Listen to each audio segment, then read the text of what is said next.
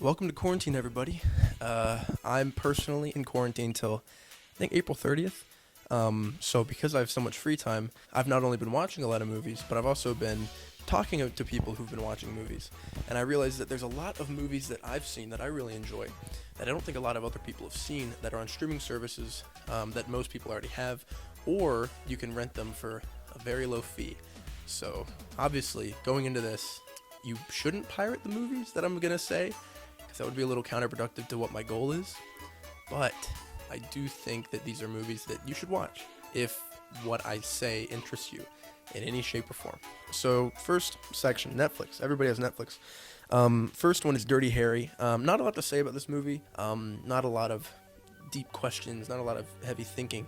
It's very pulpy, kind of like almost like a serial. Clint Eastwood plays a detective in, I think, San Francisco, somewhere in California, who's hunting down a serial killer.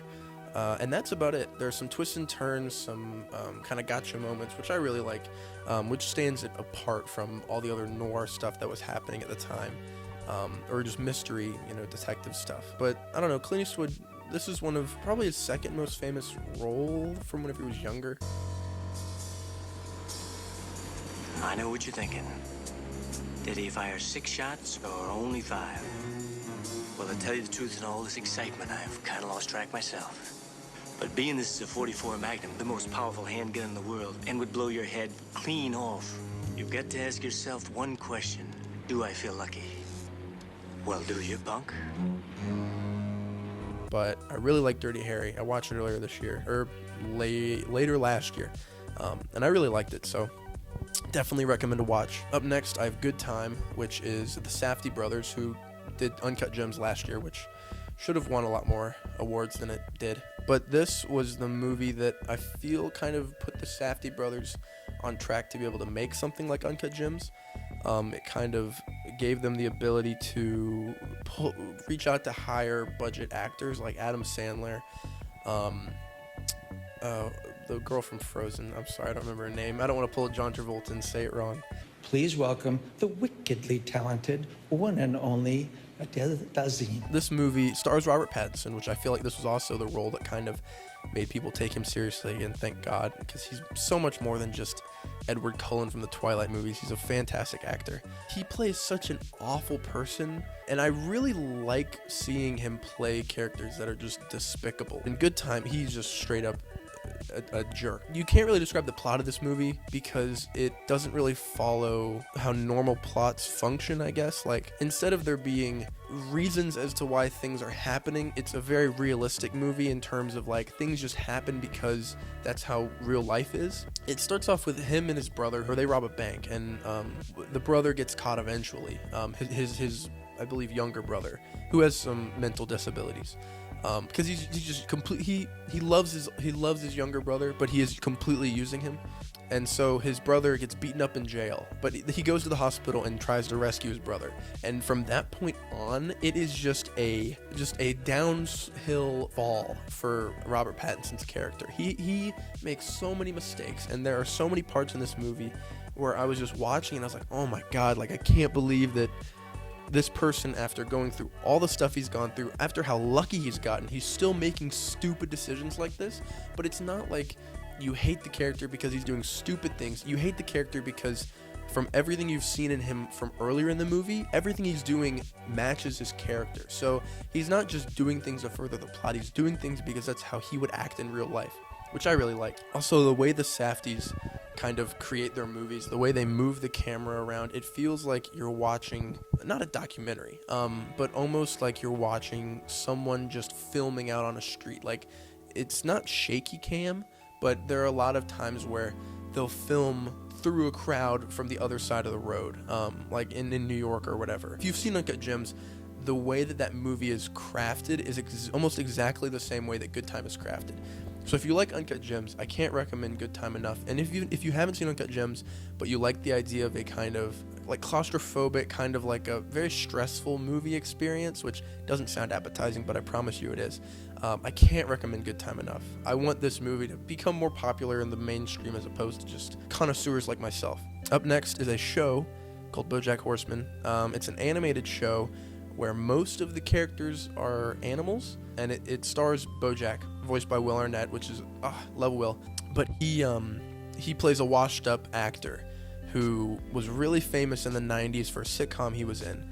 But now, I mean, he has all the money he wants. You know, he doesn't need any more money, but he just wants to become famous, and he wants people to recognize him for things that he's done since the show he was in the 90s. You know, it's a comedy, but there's so many moments in it that are just like emotionally crushing. Man, like this show, it deals with issues like feeling depressed, feeling like you're not going anywhere in life, you know, being washed up, drug addiction, suicide. But the jokes aren't told at the expense of the drama, which I think shows like Family Guy, American Dad, you know, The Simpsons now. They lose all emotional credibility because they're just comedies. So you can just put them on in the background and not even watch, and you get the gist of the episode. But with BoJack Horseman, all this extremely real stuff is going on in an animated show about horses and other animals acting. And it's such a testament to the show's ability to draw you in and hold you. So I can't recommend BoJack Horseman enough. Next up is my favorite movie of all time, Blade Runner: The Final Cut. This one is directed by Ridley Scott, and while The Final Cut, there's a bunch of cuts of Blade Runner, like I think maybe six cuts over the years. This isn't my favorite cut, but you can watch this and get almost the same exact story as the director's cut, which is my favorite. The final cut is the cut that came out after the first cut didn't sit well with audiences because it didn't make much sense. This final cut that came out is the one that kind of it explains itself a lot more. The ending is pretty different, not different in the sense of like the moral is different or the ending changes drastically. It's just what happens at the very end, like the last 2 seconds of the movie, not the climax. It's in the future. It's set in 2019 actually. Everything about the movie, the story, the world, it's fascinating to me. It's an aesthetic that I really like. But the story is what really gets me, I guess. Blade Runner is a movie about Harrison Ford, who is a Blade Runner. The Blade Runners are a detective branch, and they're in charge of hunting down and terminating androids, which are replicants is what they're called.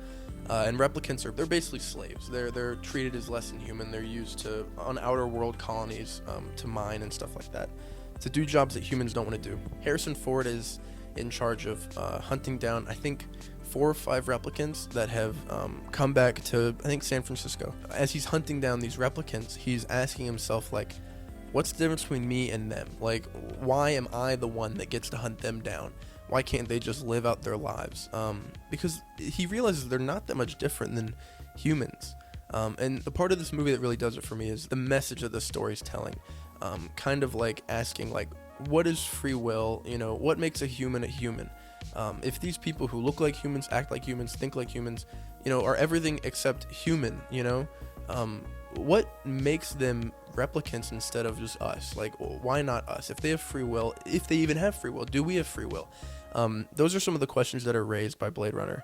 And I do think even if you don't go into it looking for an extremely introspective movie that will make you ask questions about yourself, if you don't want to do that deep thinking, which that sounds pretentious, that sounds extremely pretentious, I know, but if you don't want to get that out of a movie, which I have friends who don't like movies like that, you know, it's not for everybody. If you just want to watch a movie, I think you can definitely enjoy Blade Runner. It's still a fun kind of noir sci-fi, you know, mystery detective movie that I really think anybody can enjoy. Harrison Ford's great in it. The production design's great. The world building's great. It's extremely quotable as well. And it's a movie that values rewatches. I definitely watch it a couple times a year, and each time I watch it I spot something new. It's an extremely interesting movie, to say the least. All right, last Netflix movie. This was called Hot Rod, and it's a kind of an SNL joint. It's got The Lonely Island, which is, I believe, Schaefer, Yorma, and Andy Samberg, and then also Bill Hader and, oh my God, what's his name? Danny McBride. Oh, Will Arnett's in this too. Who else is in this movie? Chris Parnell, yeah. Basically, Andy Samberg plays an aspiring daredevil whose father was also... He's trying to live up to his father's name, his father was also a daredevil. he basically has his friends film him doing these stunts in order to become famous, basically. This movie has a lot of cool, I guess, stunts in a sense of like, he's not actually making these jumps over like massive things or whatever, but it is stunts in terms of like failed stunts. You know, him hitting something really hard and falling off. It's a lot of like slapstick humor, but there's also some really good humor and some really good storytelling in this movie. It's very simple, I think. He's trying to earn money to save his stepfather, I believe. I think it's his stepfather, because he's dying from a cancer. And Andy hates him so much, he's always told him that he would be the one to kill him, and he doesn't want cancer to do it. That sounds stupid. It is kind of stupid, but it's very funny, I think. Not too many people saw it. They're not perfect movies, but they're very fun, and they're simple and innocent, and I think that's more than enough, for me at least. I look for in a movie. Hot Rod is just such a heartwarming comedy, and I can't recommend that enough. All right, moving on to rentals and others. These 3 movies, you can either rent them or they are included with another streaming service. The first one's called Vivarium. A newer actress named Imogen. Hold on, let me see this. Imogen Poots. This movie stars a not newer actress, but little known actress named Imogen Poots, and Jesse Eisenberg, who I love. They play a couple who are looking for a house, and then they go to a real estate office, and this person takes them into this housing development. Every house is identical, and they stretch as far as the eye can see, and it's a thing called Yonder. And so they show up, and they're taking a tour of the house, and it's kind of unsettling. And then their real estate agent leaves them there. And Imogen and Jesse quickly find out that they are trapped in this housing development, and they're being forced to raise a child. And as soon as the child is raised, they can be released. And that's all you know at the very beginning. If you want a movie that explains everything in terms of like why things are happening, what people are doing things for, you probably won't enjoy this too much. But if you like ambiguous endings, ambiguity is the key word here. If you like ambiguity, you'll like this movie. I personally really like it. I kind of like movies that you kind of have to formulate your own ending for, basically. You kind of have to come up in your own mind why things happen. It's not like it doesn't give you any clues. There are definitely clues, but the reasoning behind the movie is kind of left up for you to decide, which I kind of like. Even me liking ambiguity, I kind of wish it would have given a little more explanation towards the end. It's still an enjoyable time. This is a movie that it was supposed to come out in theaters, but it never did because of the coronavirus. So I would recommend renting it or purchasing it on digital, just to show it some love, because this movie is not going to make. I mean, it's not a big budget movie, but I would be surprised if it made a profit, which sucks to say. But that's kind of the situation we're in right now. So it is $7 to rent on, I believe, iTunes, Amazon, Google Play. Definitely recommend it. Next up on the rental page, this is also available on Hulu. It is $4 to rent throughout, many streaming services. It's called The Art of Self-Defense. Once again, it just so happens to be it's Imogen Poots and Jesse Eisenberg again in the same movie.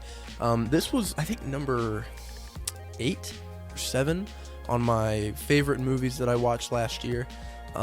This is a dark comedy. It's a black comedy. The world building in this movie is really interesting. It doesn't take place in a normal world, I guess. Things are very literal.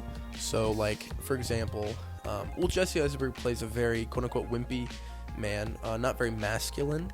He has a wiener dog. He is an accountant. He loves his job, which is just math. He likes his boss.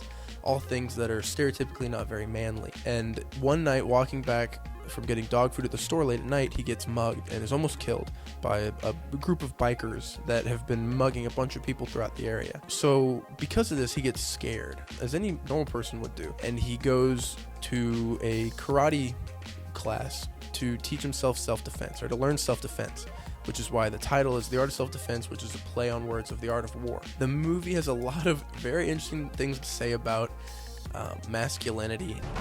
There's a mental component as well. Everything should be as masculine as possible. You may want to start on those reports. That pile is getting awfully high. I won't be petting you anymore. This is for your own good. What's your favorite style of music? Adult contemporary? No. It should be metal.